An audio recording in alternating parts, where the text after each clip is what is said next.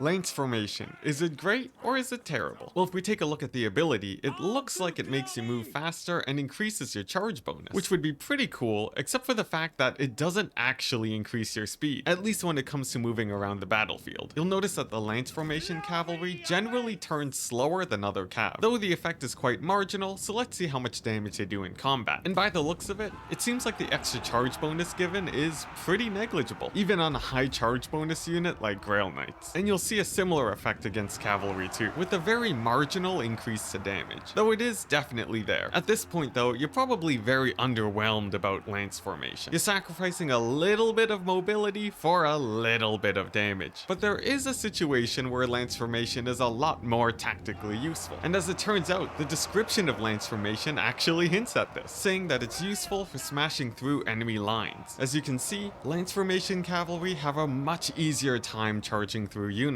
which would make you think Lance formation is an amazing tool versus range factions like the Empire, except there is a very minor issue. The AI is really good at bracing, which means even against swordsmen, your cavalry is gonna have a very hard time pushing through with or without Lance formation. So as a rule of thumb, turn on Lance formation if your opponent isn't bracing, or if you're in the enemy backline and you don't want to get stuck up on range units. But in almost every other situation, you usually want to have Lance formation off, as it only sometimes increases your damage, while definitely reducing your turn rate.